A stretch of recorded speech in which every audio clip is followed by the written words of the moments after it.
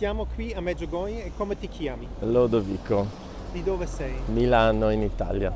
Quante volte sei stato a È la Medjugorje? prima volta. E dove e quanto hai sentito per la prima volta di Medjugorje? Da sempre, perché da quando è successo, perché mia mamma aveva una grande fede e quindi da subito poi tante persone ne parlavano anche a lei, tantissimi amici che andavano e quindi mi hanno sempre parlato, io conosco bene, poi seguendo anche Radio Maria, Padre Livio. Così. E per te Medjugorje? Come? Per te che significa Medjugorje? Cosa significa Medjugorje? Beh, venendo qui è una grande riserva, ricarica per la nostra fede, no? Per la nostra fede, perché da noi a casa tu vedi le chiese vuote, qui vedi la gente che prega, si inginocchia, fa l'adorazione in ginocchio.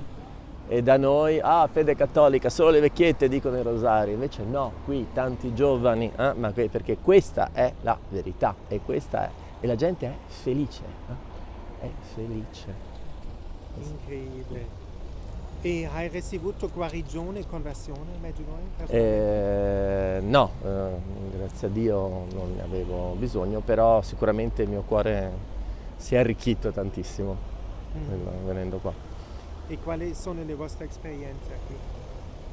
E sono venuto, appunto ho collaborato senza volerlo con il castello di St. Patrick, ma sono venuto qui, la cosa più importante è proprio la messa, l'adorazione eucaristica e l'apparizione di ieri, che è stata un'apparizione straordinaria, sicuramente. E cosa vorreste dire alle persone che non conoscono Medjugorje? Perché dovrebbero venire qui? Venite perché scoprirete che potete essere felici, anche se pensate di no. E invece in Maria, in Gesù, c'è la felicità. Sì. La felicità della vita. Qualsiasi cosa tu abbia. Preghi il rosario diario? Certo, Perché? certo, tutti i giorni. Tutti perché? Perché io da sempre, per la mia devozione, per la mia fede cristiana, che mi è stata trasmessa in famiglia, da sempre rosario e poi, insomma, essendo una persona convinta, ho una telefonata. Sì? No.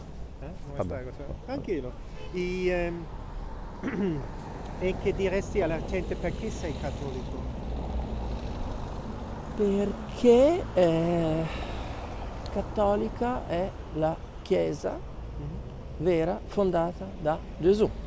E Gesù ha voluto questo. E tutte le altre fedi possono essere vicine agli altri cristiani, io stimo moltissimo gli ortodossi per esempio, però manca qualcosa. Sì. Cattolico vuol dire universale, quindi tutti nel mondo. Ed è questo, la tradizione degli apostoli, Gesù agli apostoli e gli apostoli ai vescovi e vescovi fino a noi. Questa ci è trasmessa, non basta aprire la Sacra Scrittura se poi non hai una fede che ti è trasmessa da altri. La fede viene trasmessa, poi puoi avere la conversione, naturalmente.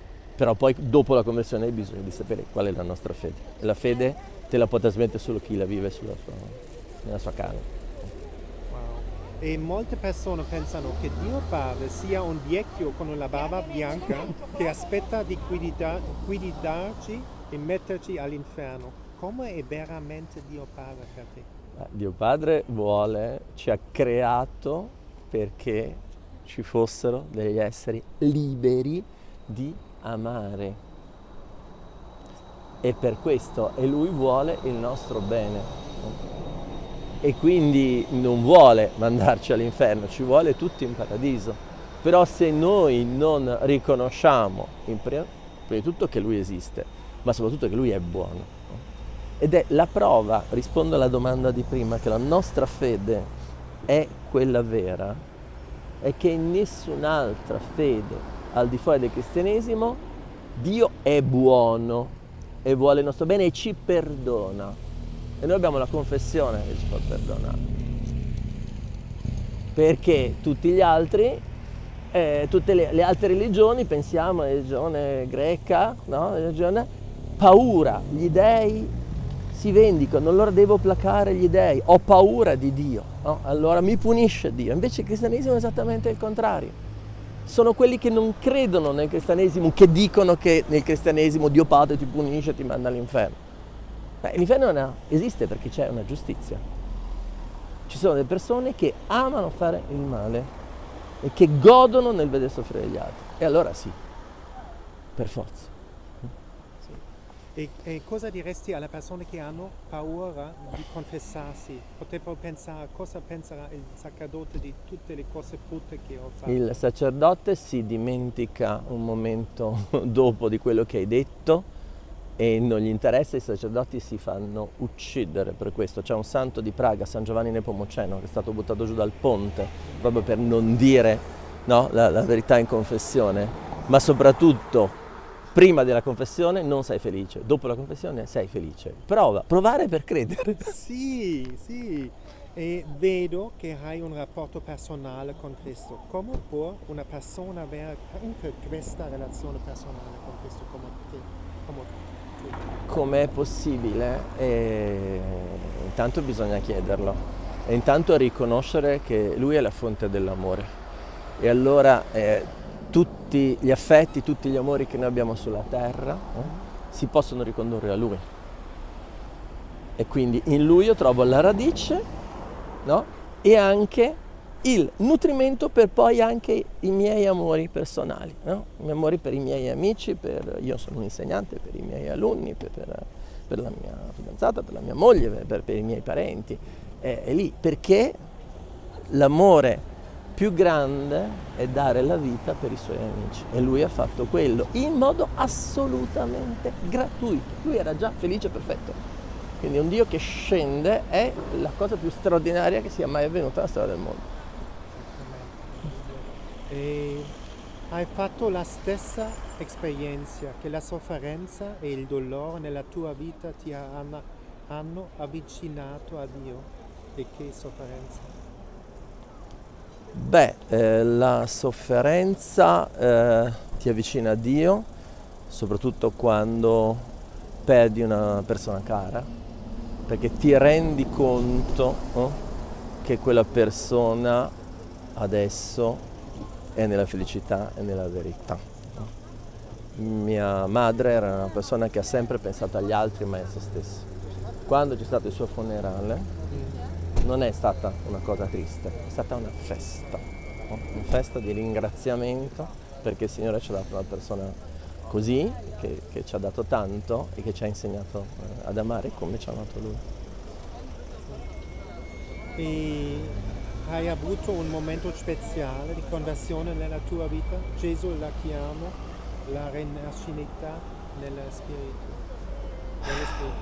Tanti momenti, tanti piccoli segnali, quindi io ho sempre avuto una fede, sin da quando insomma, ho avuto l'uso di ragione. Però ci sono tanti momenti in cui tu fai degli incontri, vedi delle persone che vivono in un certo modo. Adesso non ho un momento speciale, particolare, come vari momenti, magari dopo la comunione dove tu dici, caspita, ecco Signore, sei qua con me.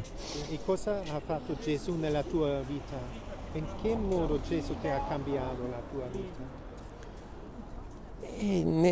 Gesù mi cambia la vita tutti i giorni, in cui io scopro che se senza di Lui mi lascio andare al mio egoismo, al mio io, alla mia superbia, alla mia pigrizia, alla mia comodità.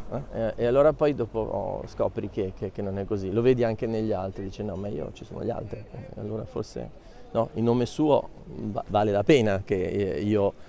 Che poi in me non ho scoperto la felicità e invece lui me la dà, è tutto qui. Quando tu pensi a te stesso dopo un po' sei triste. Ma come? Hai pensato a te stesso? E invece sei triste, no? E allora quando tu pensi a lui, no. Sì, e molte persone a Medjugorje cercano di trovare la loro vocazione. Cosa diresti loro? Come incontrare la loro vocazione? Qui a Medjugorje c'è una cosa straordinaria, quasi tutti i giorni da qualche parte ci sono delle adorazioni eucaristiche. Andate davanti a Gesù. Andate davanti a Gesù, vi mettete lì, guardate l'ostia, quell'ostia lì che è Lui che sulla croce si è fatto tutto per noi, lo guardi in testa e dici Gesù fammi capire qual è la mia vocazione, qual è la mia strada, no? Fammi capire dove sto sbagliando, cosa posso correggere, ma soprattutto tu aiutami e io mi affido completamente a te, mi metto nelle tue braccia, no? E sei tu che mi aiuti. Questo è il segreto, tu, la tua volontà. È la tua volontà e non la mia. Allora poi scopri che lì c'è la tua felicità. Grazie per questa bellissima intervista. No?